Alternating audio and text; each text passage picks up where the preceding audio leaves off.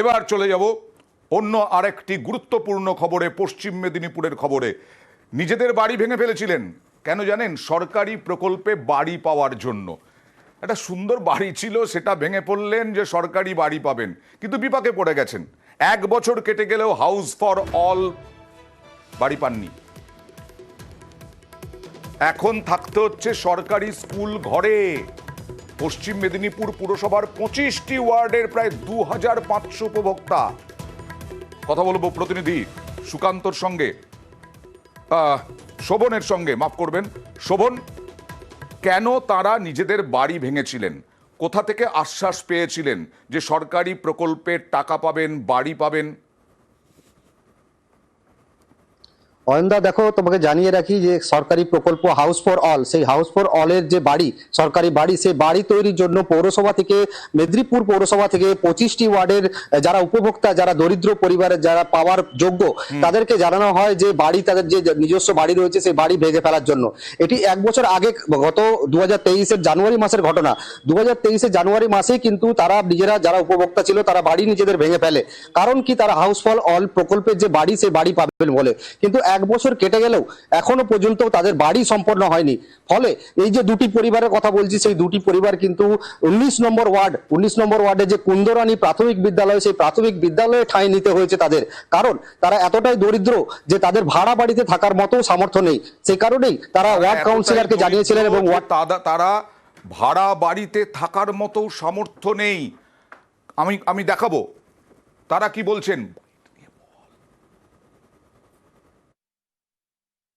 আবাস যোজনা প্রকল্পে ঘর হবে বলে টাকা জমা দিয়েছিলাম, তার বিনিময়ে কিছু টাকা এসেছিল ব্যাংকে। কাউন্সিলর সাহেব বললেন যে এরকম ঘর ভাঙতে হবে, মজুর দিয়ে ঘর ভেঙে দিয়েছি। এখন আদৌ কবে হবে? সরকারি স্কুলেই আছে না, এখানে কোনো ক্লাস হচ্ছে না। প্রতি বছর ভোট হয়, ভোটের সময় উঠে যেতে হলে আমরা কোথায় উঠে যাব? আমরা কি ভাড়া বাড়িতে থাকা আমাদের সম্ভব?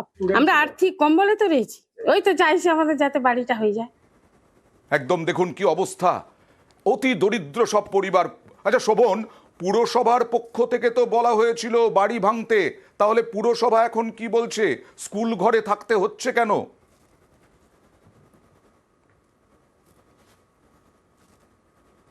তিনি বলেন যে মানবিকতার খাতিরে তাদেরকে ওই স্কুল ঘরটি দেওয়া হয়েছে থাকার জন্য। এবার যদি তাদেরকে ওখান থেকে বের করে দেওয়া হয়, তাদেরকে রাস্তায় থাকতে হবে ত্রিপল খাটিয়ে, এমনই তাদের দুরবস্থা। এবং পৌরসভার কাউন্সিলরের কাছে আমরা যেটা জানতে পারি যে বিজেপি এবং কেন্দ্রের যে সরকার, সেই কেন্দ্রীয় সরকার এই হাউস ফর অলের যে টাকা, সেই টাকা আটকে রেখেছে। যে কারণে কিন্তু হাউস ফর অলের যে প্রকল্পের যে বাড়ি, সেই বাড়ি কিন্তু অর্ধ নির্মিত অবস্থাতেই রয়ে গেছে এবং তা সম্পূর্ণ করা যায়নি। সেই কারণেই কিন্তু যে এই 2500 যে পরিবার রয়েছে, 2500 যে উপভোক্তা রয়েছে, তারা কিন্তু এই দুর্ভোগ পোহাতে হচ্ছে তাদের। শুধু এই অবস্থা শুধু মেদিনীপুর পৌরসভার ক্ষেত্রে নয়, সারা রাজ্যেই এই একই অবস্থা বলেই জানিয়েছেন মেদিনীপুর পৌরসভার কাউন্সিলর। আচ্ছা, এই যে স্কুলে থাকছেন, এই স্কুলে থাকা নিয়ে কোনো সমস্যা হচ্ছে না শোভন?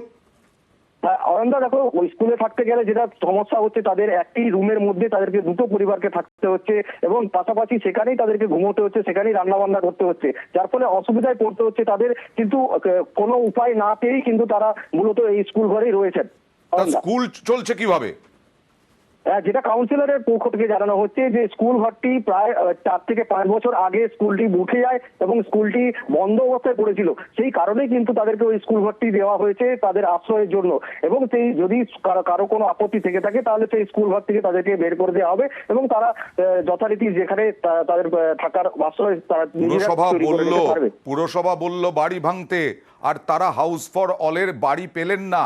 আর বছরের পর বছর ধরে তারা এইভাবে থাকতে পারেন কখনো স্কুলের ঘরে, এরকম ভাবে ভাঙা সংসার নিয়ে?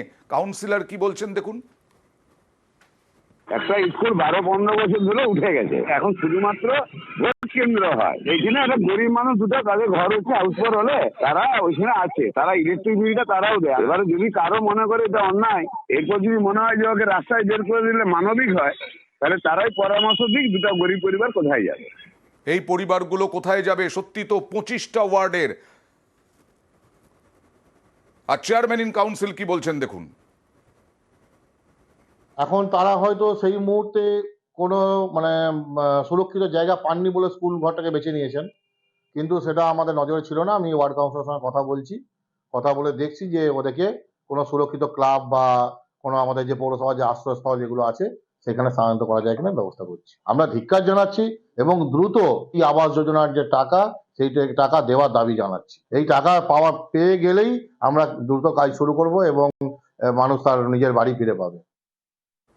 আবার বিজেপি হাইকোর্টে, আবার র্যালি